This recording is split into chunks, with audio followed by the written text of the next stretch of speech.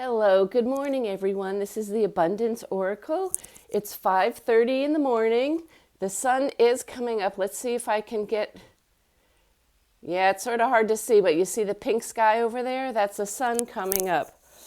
So this is the Abundance Oracle. Please subscribe if you can. Let me ask you a question.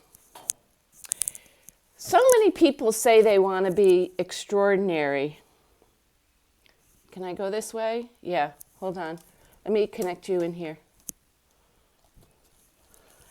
Yeah, so many people say they want to be, sorry, I wanted to show you the sunrise, so I'm a little discombobulated. They say they want to be extraordinary, they want to have extraordinary results, but let me ask you this. How many of you take extraordinary measures? Oh, did you see it in a second? Hold on. Okay, well, you'll have to catch it behind me now because it's starting to come up. It's going to be I'll see if I can just be over on the corner here. Okay, so how many of you are taking extraordinary measures to produce results in your life? You say you want to be extraordinary, but yet how many of you are taking extraordinary measures? Now, what does that mean? Okay. A lot of things, I guess, I don't discuss in my life that I do, that most people don't do. Is it extraordinary? I don't know. But I'm up anywhere between 3:30 and sometimes by 5 o'clock. Sometimes I sleep late. My body needs to recuperate. I think, and I, see this with my kids too. I think that a lot of people want extraordinary results, but they want it to fall in their lap. It's not like they think, okay, I've got to get up. So this is what my morning looks like because I decided I need to eat healthy. It's crazy. Ready?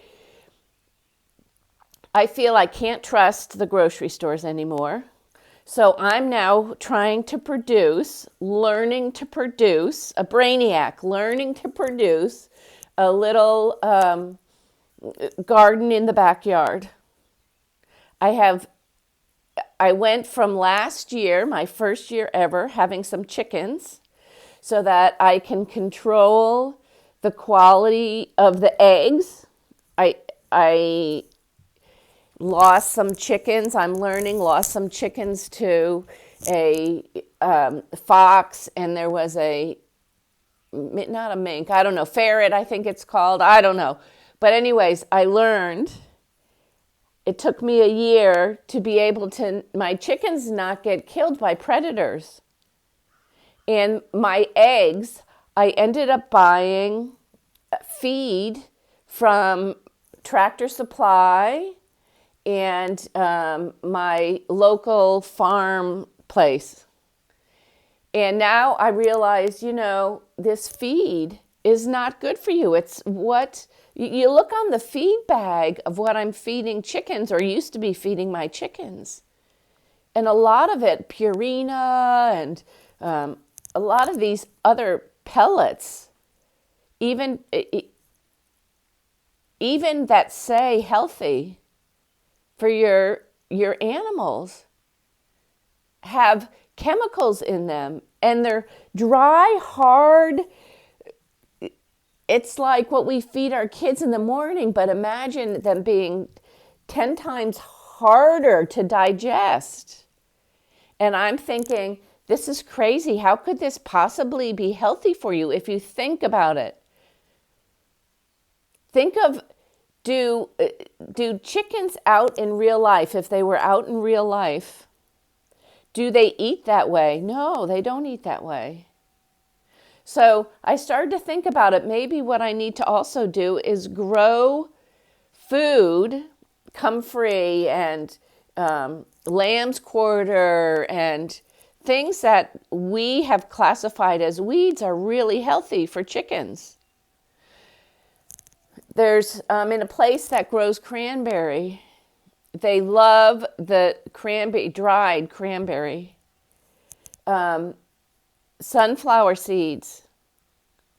I give them real food, not this pelletized food. So as you start to go down this path, you realize, oh my gosh, I need to take extraordinary measures compared to what we're doing in the world, in our country right now. A lot of things have been made easier, mass produced, and our health is not at the top of a priority list. Somebody else's wealth is at the top of our priority list. And now I hear we let in to Harvard the gentleman that controls China. We let his daughter into Harvard. Communist China. I don't understand if people, they're not thinking. I think life here has gotten very easy. We now die 2 years earlier than all the other first world countries. And you're trying to tell me, yes, you want to produce extraordinary results. Well, let's start out with your health and your well-being being extraordinary. So anyway, I get up early. I'm still waiting for the chickens to wake up. They're just getting up now. I've gotten all the news for the day already. I sit and I make a plan. I do my handstands that I told you about. I'm now going on the 5th straight month of doing that 5 days a week, which is handstands because that helps my arms stay strong. It helps my balance. I can center things. I then stretch after that. And I'm not talking about a lot of time. I'm talking about having the self-discipline to do that.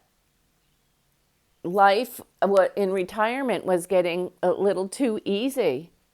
And you get lazy and you think, oh, you're going to sleep late. You get up, you have a cup of coffee. Now, my cup of coffee, I realized, I'm buying not good quality coffee. I need to now up the ante if I'm going to have coffee, which I'm contemplating.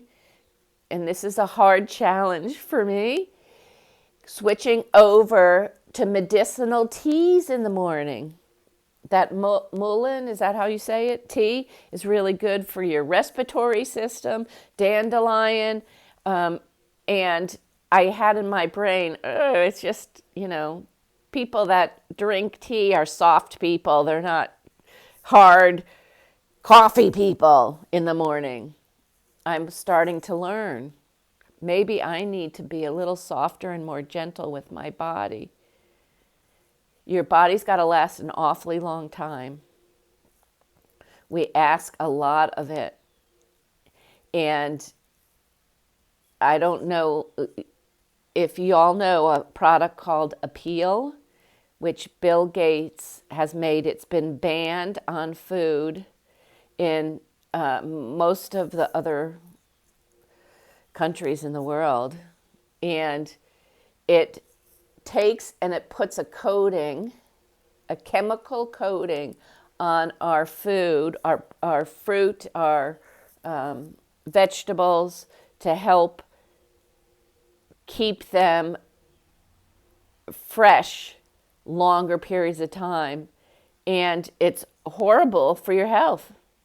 Now, how many people even realize that?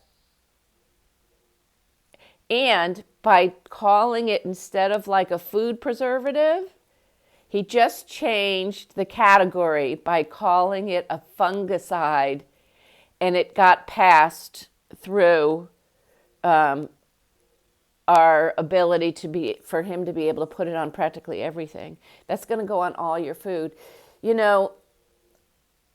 I am lucky.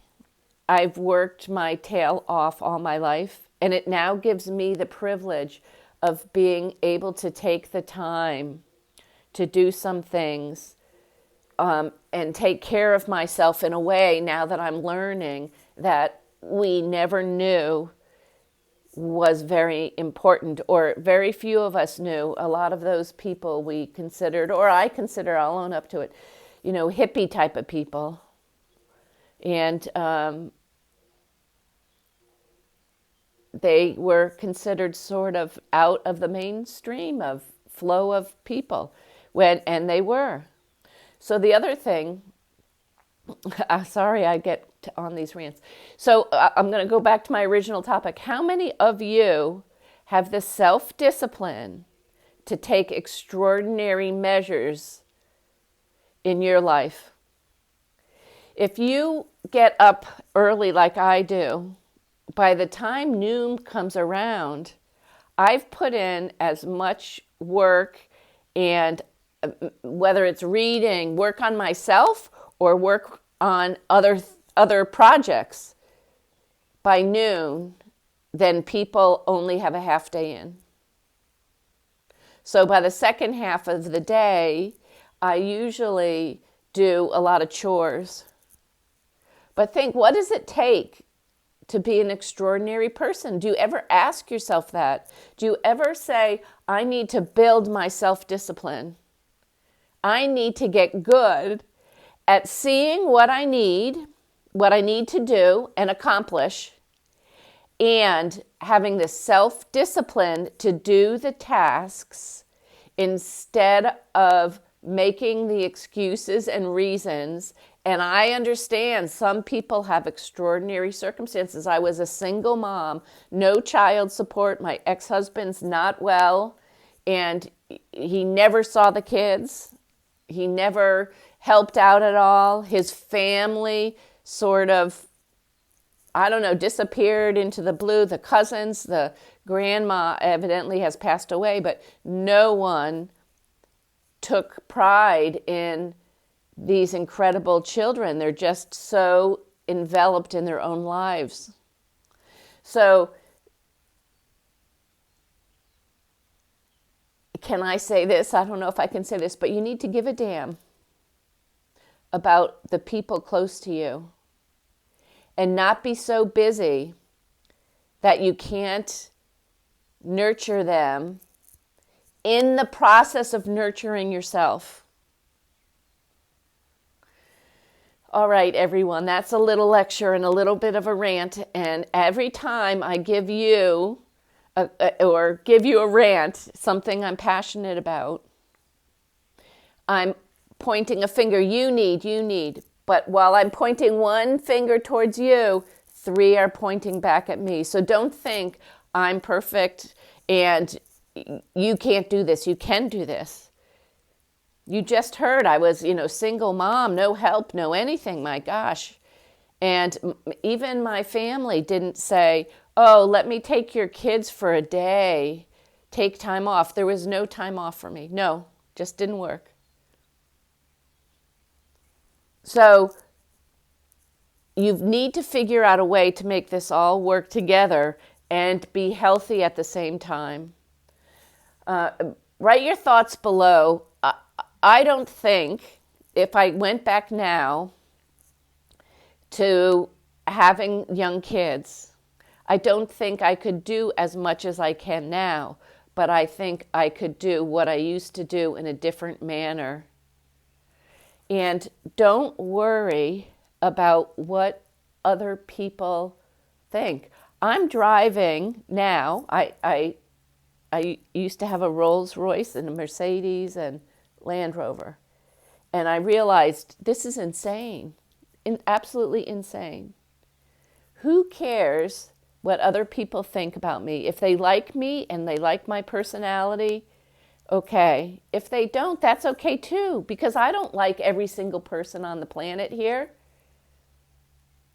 Get a close group of friends that take care of each other.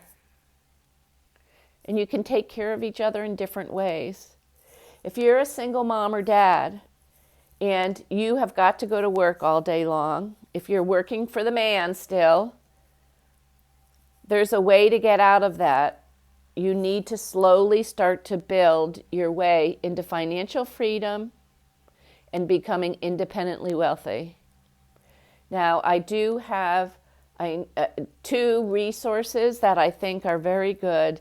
I don't know if anyone follows Robert Kiyosaki. He wrote Rich Dad, Poor Dad.